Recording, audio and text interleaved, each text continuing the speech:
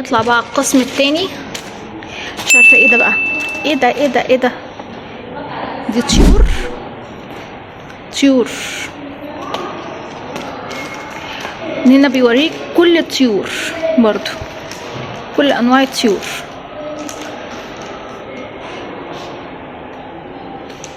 ايه بصوا الطيور كلها.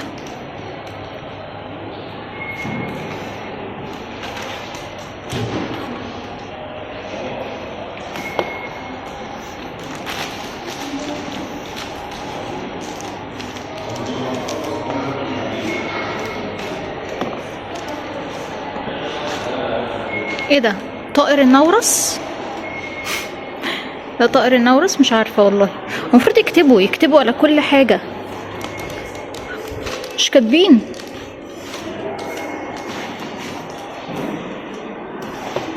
لا طب يعني احنا مش هنحفظ احنا كل الحاجات دي؟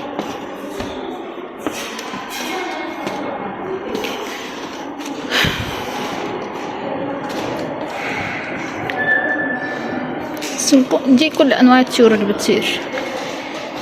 وده صقر. ده الحاجه الوحيده اللي انا عارفاها، الصقور.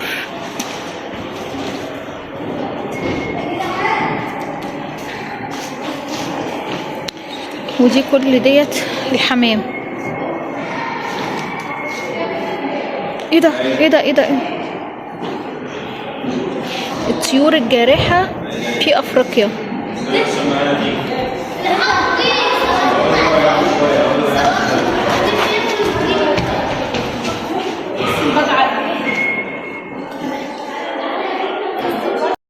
والله انا حاسه ان انا هنا في حديقه حيوان، بس الفرق ان دول حيوانات ما بتتحركش يعني. بس انا حاسه ان انا هنا في حديقه حيوان كامله متكامله، يعني فيها كل حاجه، وكمان الحاجات بتاعت زمان، يعني مش الحاجات بس الحيوانات بتاعت الفتره ديت او الايام ده او الزمن ده، لا دي حيوانات من قديم الازل. ده الخنزير البري.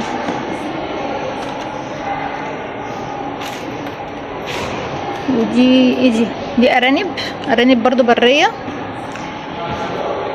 حتى الحيوانات البريه كمان. مش عارفه مين الجثه اللي هناك ده مقتوله، مش عارفه مين. ايه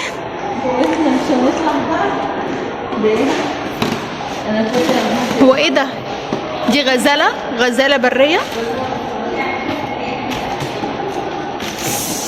الكبش اسمه كبش.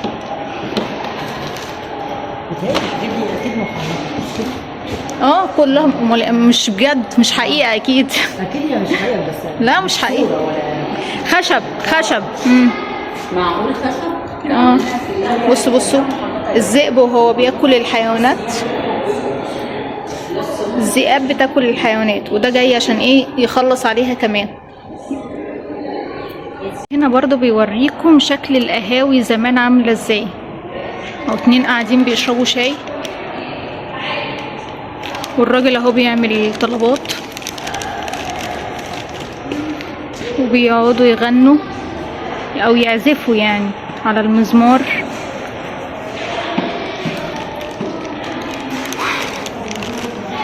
والناس اهي قاعدة ايه؟ بتشرب شاي ويتشيش وكده يعني، والزيرة هو وراهم كمان، وقاعدة يعني ايه؟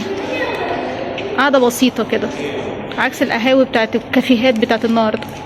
يلا بينا بقى ندخل المتحف. متحف ايه بقى؟ متحف مجوهرات الثورة النباتية. يلا بينا let's go. متحف المجوهرات الثورة النباتية يعني ايه بقى؟ ده ايه؟ كله نبات؟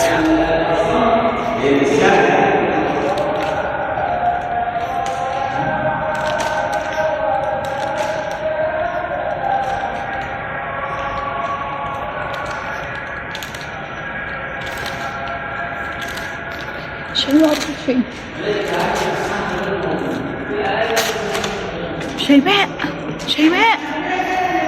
شيماء راحت فين؟ صاحبتي ضاعت. يلا مش مهم، مش هنكون انا وانتوا بس لوحدنا. نشوف بقى ايه الخبز زمان كانوا بيصنعوه ازاي، طريقة الخبز واسماء كمان الخبز، كان في اكتر من حاجة وفي فطاير كتير ومسميات. ده المكن اللي بيصنع الخبز والفطائر وكل حاجة. ايه دي مكرونات اهي. ايه ده؟ المكرونات دي بتاعتنا برضه، الاشكال دي، بس ما شاء الله مكرونه كبيره يعني.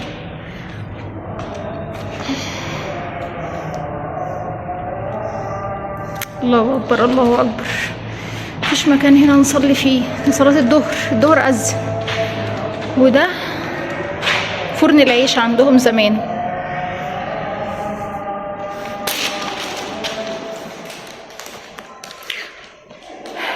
هنا بيقولوا ازاي ان هما بيخزنوا الحبوب، تخزين هنا الحبوب.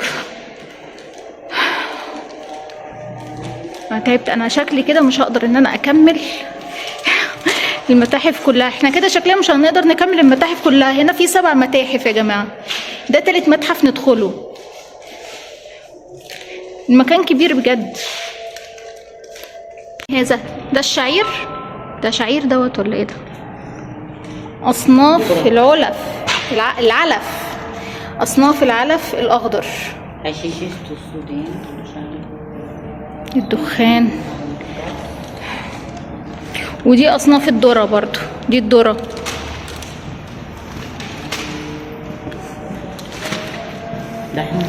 ودي الساقية تقريبا، اللي بيبقى فيها مروحة كده. طاحونة طاحونة هواء. مش ساقية. الساقية صحيح بتاعت المية. ودي الذرة.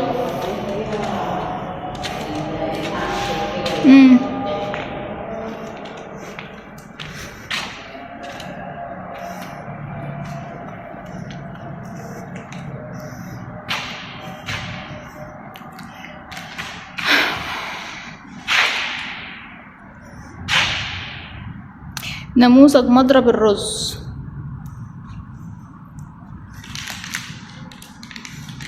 لو بقى طالب عاوز ان هو يدرس ولا حاجة، يتفرج بقى على الفلوج بتاعي ويقعد يدرس المكان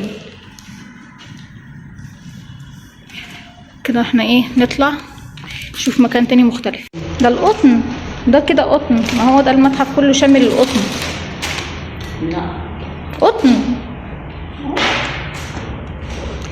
بس على اسماء بقى، في كل نوع قطن ليه اسم معين. ايه ده ايه الايد دي؟ انا اتخضيت والله. ايه الايد دي؟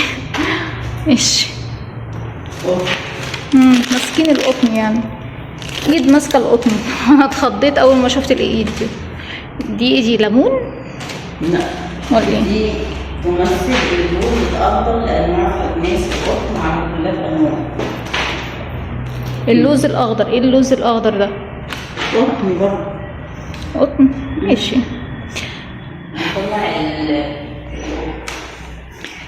وده قطن اهو، ده حلو ده. لو واحده عروسه عاوزه تنجد ولا حاجه يا جماعه تيجي هنا. البصل والثوم دي ممنوعات، البصل والثوم. بس زمان ما كانوش مانعينها طبعا، بس الطب تطور.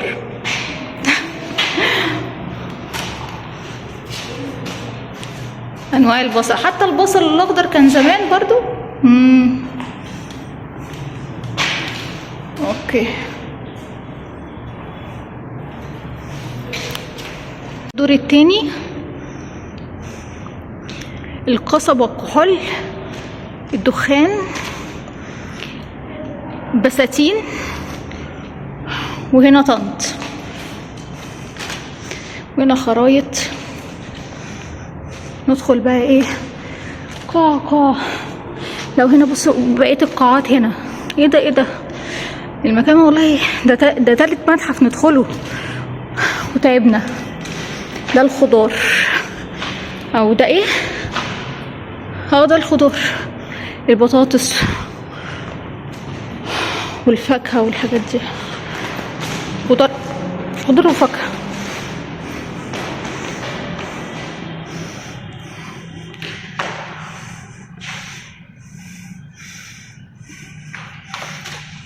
هو اتضايق ان انتي خصوصا ان انا عندي مشاكل في الشغل.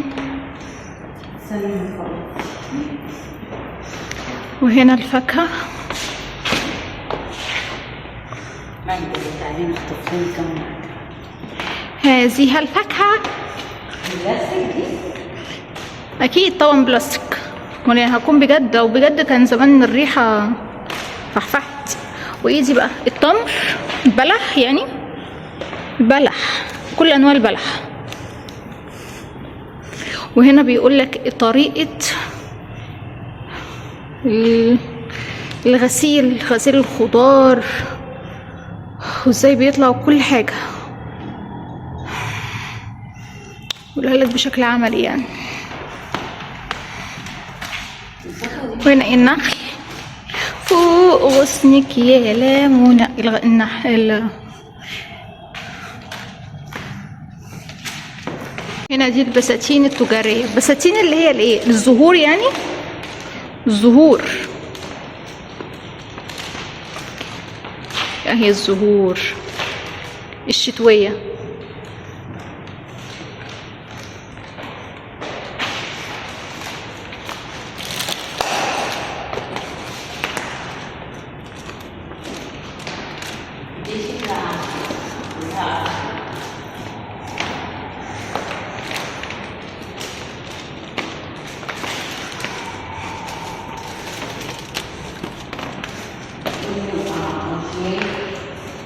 حاجات مستوردة.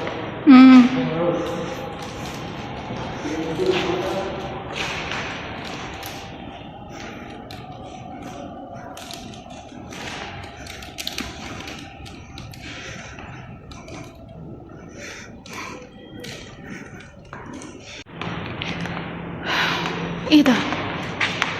ايه ده؟ شعري مين ده؟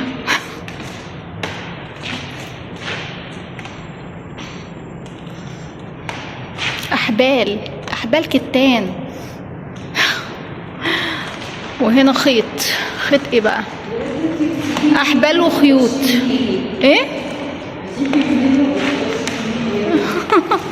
انا محدش يتوقعني، محدش يتوقعني.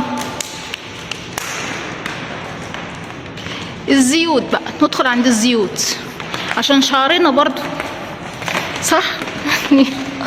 عايزين تركيب. عاوزين تركيب الزيوت. في على فكرة هنا تركيبات برضو بيبقى للزيوت للشعر بيبيعوها، وحاجات بتخسس وكده يعني، نبقى نروح نشوفها.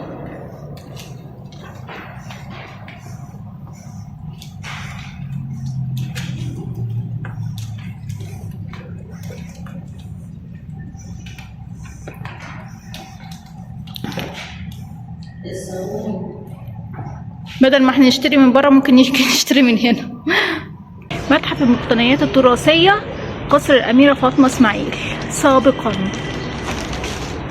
هنا تعيش فاطمة إسماعيل. يلا بسم الله. وانا والله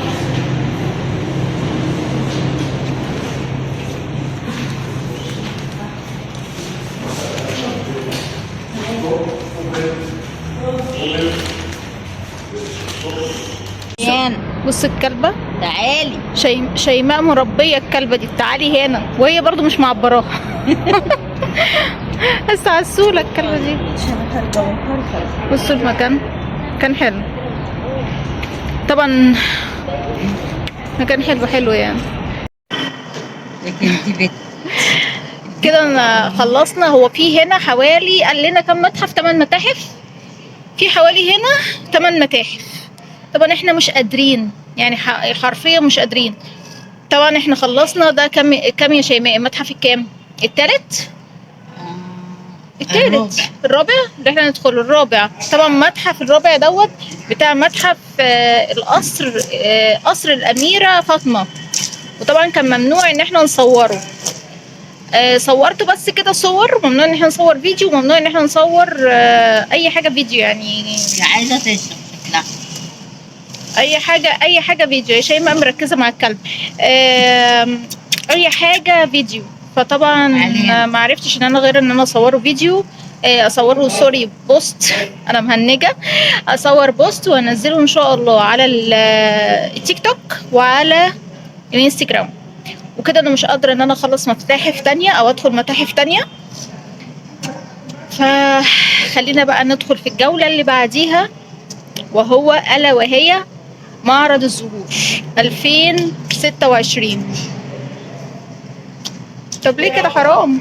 بيضرب الكلبة بالطوبة. بيضرب الكلبة بالطوبة. حرام والله العظيم، الكلاب دول بيصعبوا عليا.